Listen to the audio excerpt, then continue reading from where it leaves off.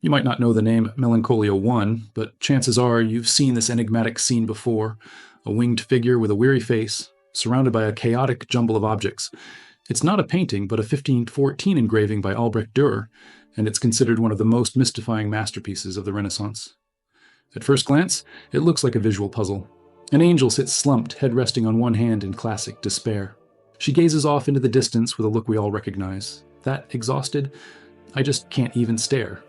All around her, tools and symbols lie strewn about: a hammer, nails, a saw, a plane, a scale, even a perfect 4x4 magic square tacked to the wall. A comet streaks across a sky with a faint rainbow, while a bat-like creature flies overhead holding a banner that reads Melencolia I. In the foreground, a small cherub scribbles on a tablet, and a skinny dog dozes at the winged figure's feet. The whole scene feels heavy with meaning and with confusion. It's as if Dürer dumped his entire mental universe into one image. No wonder viewers for over 500 years have been asking, what is going on here? To begin to answer that, we need to step back to understand the man behind the engraving and the moment in time that shaped it. Let's rewind to 1514. Albrecht Dürer is about 43, living in Nuremberg, already a legend in his own time. He's been to Italy, absorbed the Renaissance, written books on proportion, and produced engravings that stunned Europe with their detail. But even legends carry their own darkness. That year, Dürer was submerged in grief.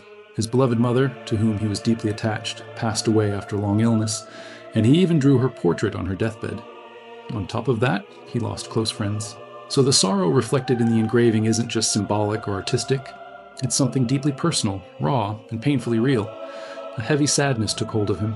In his notes, he wrote, "What is beauty? I don't know."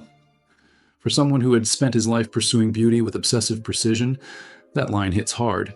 It sounds like someone staring into the abyss of purpose and finding nothing. But there's more.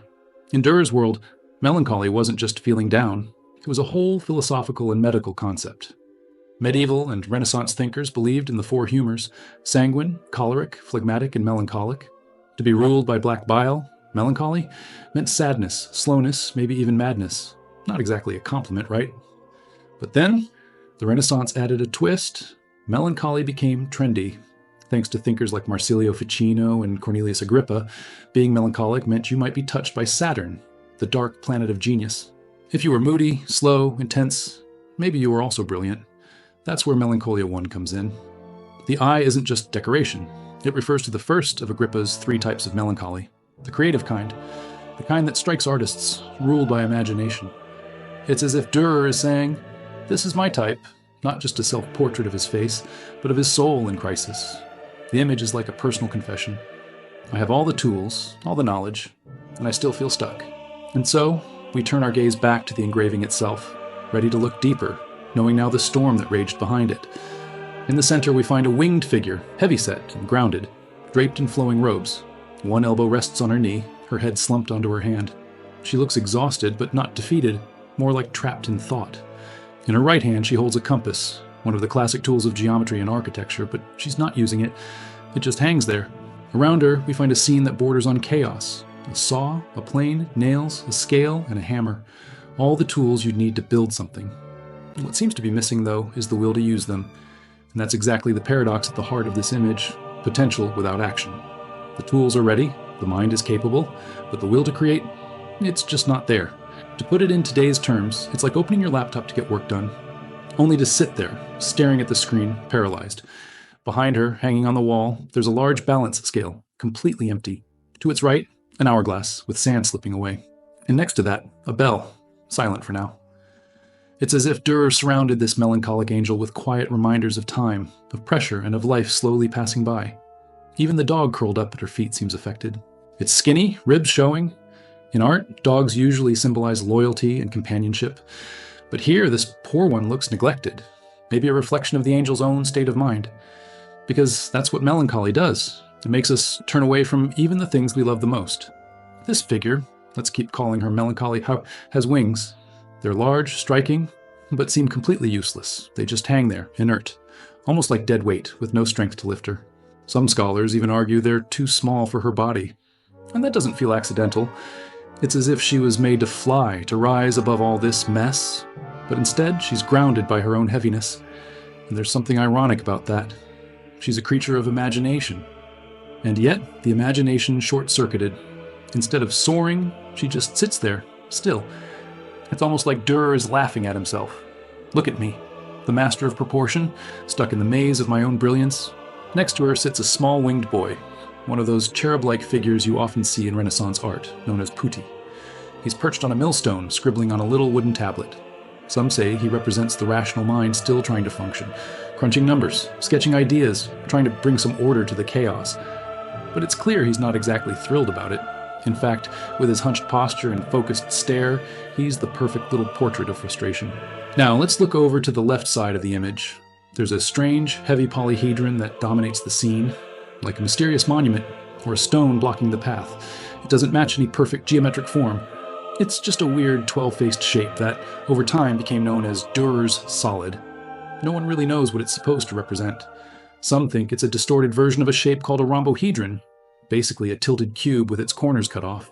Others claim to see a skull hidden in one of its shadowy faces, and some even say there's a faint self-portrait of Dürer himself tucked inside it, barely visible, like a ghost in stone. There are art historians who believe this shape symbolizes the limits of human knowledge, a riddle that refuses to be solved. And honestly, that's my favorite interpretation. It's like something that's almost perfect, but just off. It just sits there, heavy, silent, and like a mental obstacle you can't quite get past. Behind it, a ladder leans upward. Where does it go? We don't know. It climbs toward the sky and disappears out of frame. Some say it's the ladder to divine knowledge. Others see it as the stairway of ambition, the climb to something greater that always feels just out of reach. Now, look up. In Melancholia I, the sky is anything but calm. It's heavy with tension. Back in Dürer's time, comets weren't just pretty streaks of light. They were seen as omens, signals of trouble, revelation, or something about to break. And right beside it, strangely enough, there's a rainbow. But this isn't the bright, joyful kind you'd see on a sunny afternoon. It's faint, almost faded, hovering in a night sky. A hint of hope, distant, silent, and maybe even a little ghostly. Some call it a moonbow, a rare phenomenon where a rainbow is produced by moonlight. Whatever it is, it whispers of hope, but a distant, unreachable kind. Not the full-blown promise of redemption, just the idea that maybe a something better exists, out of frame. Above the whole scene flies a bat-like creature holding a scroll that names the print, Melencolia I. The bat is a classic creature of darkness, blind and light, drawn to shadows. Fitting for melancholy, right? It's like the engraving has its own banner. This is a world under the spell of sadness. The bat announces the emotional state like the title card of a silent film. All of this, bat, rainbow, comet, creates an atmosphere of cosmic weight. The universe isn't indifferent, it's active, loaded with signs. Dürer's world wasn't secular. Symbols had meaning and the stars were always watching. But what they're saying here, it's unclear, which is the whole point. Now direct your gaze to the wall on the upper right. You'll see a 4x4 magic square, a grid where each row, column, and diagonal adds up to the same number, 34. Dürer wasn't the first to use a magic square, but this one is special. Look closer. The bottom row contains the numbers 15 and 14, a nod to the year this was made, 1514. It's a kind of signature hidden in the math, but there's more. The magic square doesn't just align rows and columns, it hides deeper order. Each of the four corners, those 2x2 blocks, also adds up to 34. Even the middle four numbers do the same. That makes it a gnomon magic square, a rare kind where harmony radiates from every quadrant. And there's more. Every pair of numbers symmetrically placed around the center adds up to 17, as if Dürer built a quiet rhythm into the chaos, balanced, mirrored, and precise. The magic square sits next to the hourglass, the bell, and the scales. Think about that. Time, sound, balance, fate, and now math. It's as if Dürer is trying to use every system humans have, science, timekeeping, numerology, geometry, to make sense of something that fundamentally doesn't make sense. Grief, doubt, the loss of meaning. Together, these objects create a weird Renaissance mood board, precision meeting confusion. The most ordered thing in the image, the magic square, is literally framed by silence and decay. It's like Dürer is asking, what good is reason when your soul won't move? So after all this decoding, this visual archaeology, what was Dürer really trying to say? There's no single answer, and that's kind of the point. Melancholia I is one of the most studied images in the history of art, and yet it resists closure. It's like an ink blot for intellectuals. Every generation looks at it and sees its own anxiety staring back. Still, some interpretations carry more weight. One common reading is that this print is an allegory of creative paralysis. The angel is genius personified. She's got every tool at her disposal, brains, talent, technique, but she's frozen. Not for lack of ability, but because something deeper is off.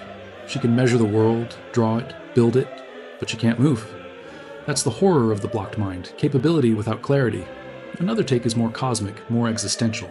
It sees the engraving as a meditation on the limits of human knowledge. Dürer had studied math, perspective, art, theology. He wanted to understand the universe through numbers and proportion. But maybe Melancholia I is his confession that some truths lie beyond reason. The ladder doesn't reach the stars. The polyhedron won't square. The tools are useless in the face of the infinite. It's not just sadness, it's the terrible humbling of realizing you can't figure it all out. Then again, maybe that's not defeat, it's wisdom. Maybe Dürer isn't saying, give up.